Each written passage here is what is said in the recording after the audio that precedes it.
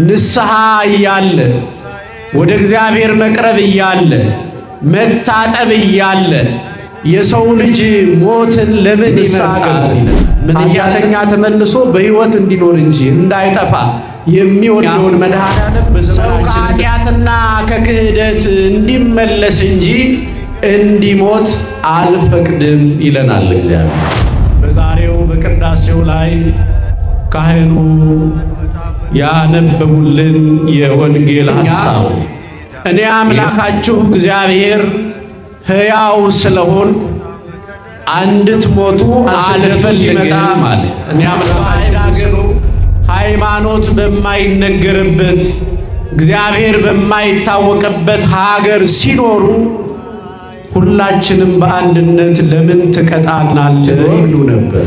ኃጢአተኛ መመለሱ ንስሐ እንዲገባ ራስህን ለካህን አሳይ ብሎ በብሉይ ኪዳን ዘመን የነበረውን ሥርዓት በአዲስ ኪዳን ከፈወሰው በኋላ በቃሉ ያጸና ወወልድ ወመንፈስ ቅዱስ አሐዱ አምላክ አሜን።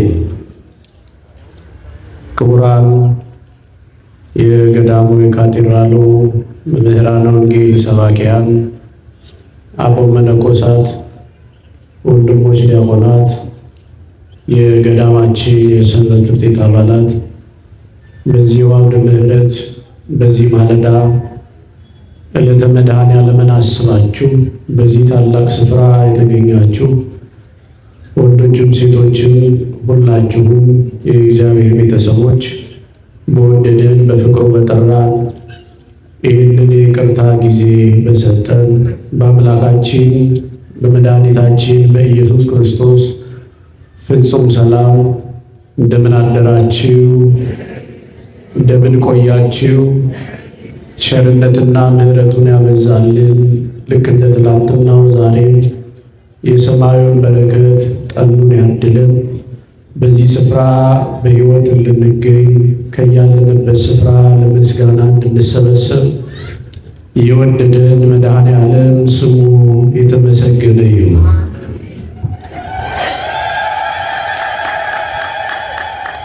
እናታችን ቅድስት ድንግል ማርያም ልጇ ወዳጇ ኢየሱስ ክርስቶስ ባከበራትና በሰጣት ጸጋ መጠን የተመሰገነች ትሁን። ቅዱሳን መላእክት፣ ጻድቃን፣ ሰማዕታት በቃል ኪዳናቸው የምንተማመን በጸሎታቸው የምንማጸን በእግዚአብሔር ፊት የተወደዱ የተከበሩ አባቶቻችን እንዲሁ ስማቸው የተመሰገነ ይሁን። በዛሬው ማለዳ በዕለተ መድኃኔዓለም በተለይም ደግሞ የገዳማችን የካቴድራላችን የፈለገ ጥበብ ሰንበት ትምህርት ቤት አባላት 32ኛ ዓመት የአገልግሎት ቆይታቸውን የምስረታ በዓል በሚያከብሩበት ጊዜና ወቅት በተለይ ከትላንትናው ጀምሮ ከትላንት ወዲያም ቅዳሜ ዕለት ዛሬም እስከ ማታ ድረስ በሚኖረው የ3 ቀን የበዓላቸው መታሰቢያ አገልግሎት የዝማሬ የትምህርተ ወንጌል መርሃ ግብር ተዘርግቶ በዚሁ ሁላችንም እየተጠቀምን ስለሆነ በድጋሚ የእናንተው ልጆች የእኛው ልጆች የሁላችንም የቤተ ክርስቲያን ውበትና የስስት ልጆች የሆኑትም የገዳማችን የሰንበት ቤት አባላት 32 ዓመት የአገልግሎት ጉዞ እንኳን በሰላም አደረሳችሁ ብላችሁ ከፍ አድርጋችሁ እግዚአብሔር እንድታመሰግኑ ጠይቃለሁ። በዚህ በትንቢተ ሕዝቅኤል ምዕራፍ 33 ቁጥር 11 ላይ ኃጢአተኛን ከመንገዱ ተመልሶ በሕይወት ይኖር ዘንድ ነው እንጂ ኃጢአተኛ ይሞት ዘንድ አልፈቅድም ይላል። ይህን ቃል በትንቢተ ሕዝቅኤል ምዕራፍ 33 ቁጥር 11 ላይ ይገኛል። ይህን ቃል የቃሉ ተናጋሪ ፈጣሪ ዓለማት መድኃኔ ዓለም የሁላችን አስገኘ ትላንትና የነበረ ዛሬም ያለ ነገም ዘላለም የሚኖር ኃጢአተኛ ከነ ኃጢአቱ እንዲሞት የማይወድና የማይፈቅድ ክፉ የሚሰራ ከመንገዱ እንዲመለስ ወደ ሕይወት እንዲመጣ እንጂ እንዲጠፋ የማይወድ የሁላችን አባት መድኃኔ ዓለም የተናገረው ቃል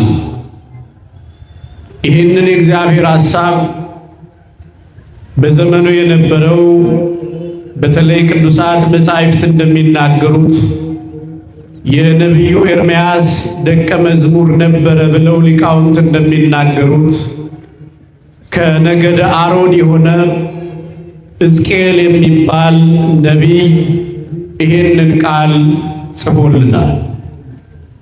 በብሉይ ኪዳን ዘመን የእስራኤላውያን ኃጢአት ሲበዛ ከእግዚአብሔር ጋር ሲለያዩ ጥፋትና መከራው ሲጸና ስደት የሚባለው ነገር እንደታወጀባቸው ይነገራል። በዚህ የስደት ዘመን በተለይ ነቢያቱ በተለያየ ስፍራ ሆነው ራሳቸውን በልዩ ልዩ ስፍራ ሸሽገው እግዚአብሔር አምላክ ሆይ ስለምን አንተን ክደው ማንነትህን ረስተው በኃጢአት ወድቀው ካሉት ጋር ነቢያቱን የሚመሰክሩትን እስካሁን ስምህን የያዙትን ክብራቸውን የጠበቁትን አንድ ላይ እንዲሰደዱ አንድ ላይ እንዲቀጡ ለምን ይሆናል ብለው እግዚአብሔርን ይጠይቁት ነበር ይላል። የእግዚአብሔር ሥራ ግን እርሱ ባወቀ የእግዚአብሔር ሥራ ትክክል ነው። ምንድነው አልኳችሁ? የእግዚአብሔር ሥራ ትክክል ነው።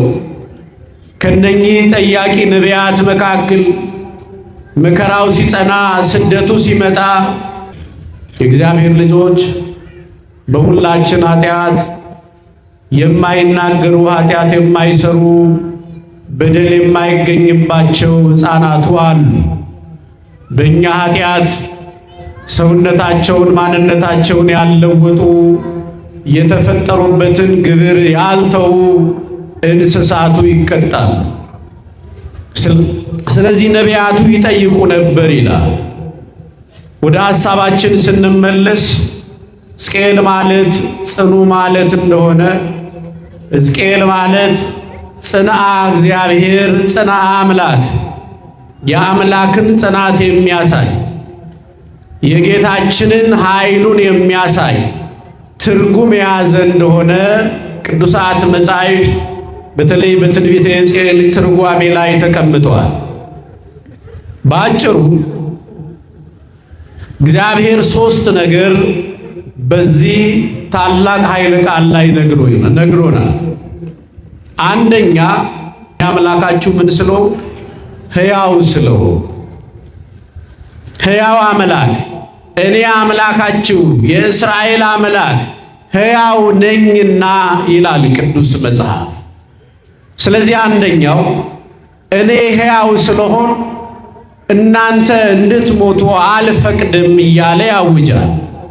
ሁለተኛ ከክህደት እንድንመለስ እግዚአብሔር በቸርነቱ ይርዳል።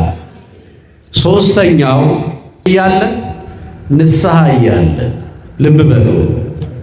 ይህን ሶስት የእግዚአብሔር ቃል በዚህ በአዲስ ኪዳኑ የመጽሐፍ ቅዱስ ክፍል በዮሐንስ ወንጌል ምዕራፍ 10 ቁጥር 30 ጀምሮ የዮሐንስ ወንጌል ምዕራፍ 10 ቁጥር 30 ጀምሮ ስትመለከቱ ጌታችን መድኃኒታችን ኢየሱስ ክርስቶስ ስለሚናገረው ነገር ስለሚያስተምረው ትምህርት ሊጣሉት ድንጋይ አነሱ ይላል።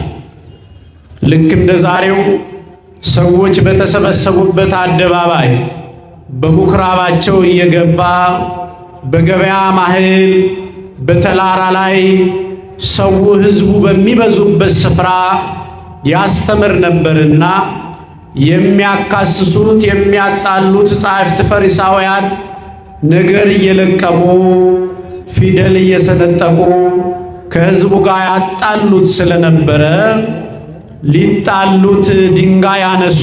እርሱም እንዲህ አላቸው፣ ከነኚህ ከሦስቱ ነገሮች በየትኛው ትጣሉኛላችሁ አላቸው። ሦስት ነገር አሳይቻችኋለሁ። የመጀመሪያው በከረጢት ወይም ደግሞ አንድ ልብስ፣ ሁለት ልብስ፣ ሌላ ተጨማሪ ልብስ አትያዙ፣ ተጨማሪ ባይኖረኝ ብርዱ ቁሩ በገደለኝ ብላችሁ እንዳታስቡ። ጫማም ደግሞ አይኖራችሁ። ይሄ ጫማ ባይኖር እንቅፋቱ ጋሬጣው እግሬን አድምቶ ሰውነቴን ባቆሰለኝ ብላችሁ ከጫማ በላይ የሚጠብቅ ከበትር በላይ የሚከላከል ከልብስ በላይ የሚሸፍን መድኃኔ ዓለምን እንዳትክዱ ይሄን አታርጉ ተብለዋል ለሐዋርያት። ሰምታችሁኛል? ስለዚህ እኛ ከምንጠብቃቸው፣ ከምንከላከልባቸው፣ ከምንጠቀምባቸው በላይ የሚጠብቀን ማን ነው? አክብሩት። ይሄን መድኃኔ ዓለም የሚጠብቅ የሚሰውር የሚጋርድ። ስለዚህ በዚህ ልክ እንድናምን። ሶስተኛ በምርጫችን ወቅት ቃሉ ያጸና መድኃኔ ዓለም ስለሆነ ራሳችንን አስመርምረን ንስሐ ገብተን በዘመናችን እንድናከብረው እግዚአብሔር ሁላችንንም በቸርነቱ ይርዳን። ኋላ ላይ መልእክቶችን እንናገራለን። ምናልባት ቀጥታ ወደ ፕሮግራም መሪው ነው መመለሳችሁ። ስለነበረን ጊዜ ሁሉ የአምላካችን ስም የተመሰገነ ይሁን። ይቆየን።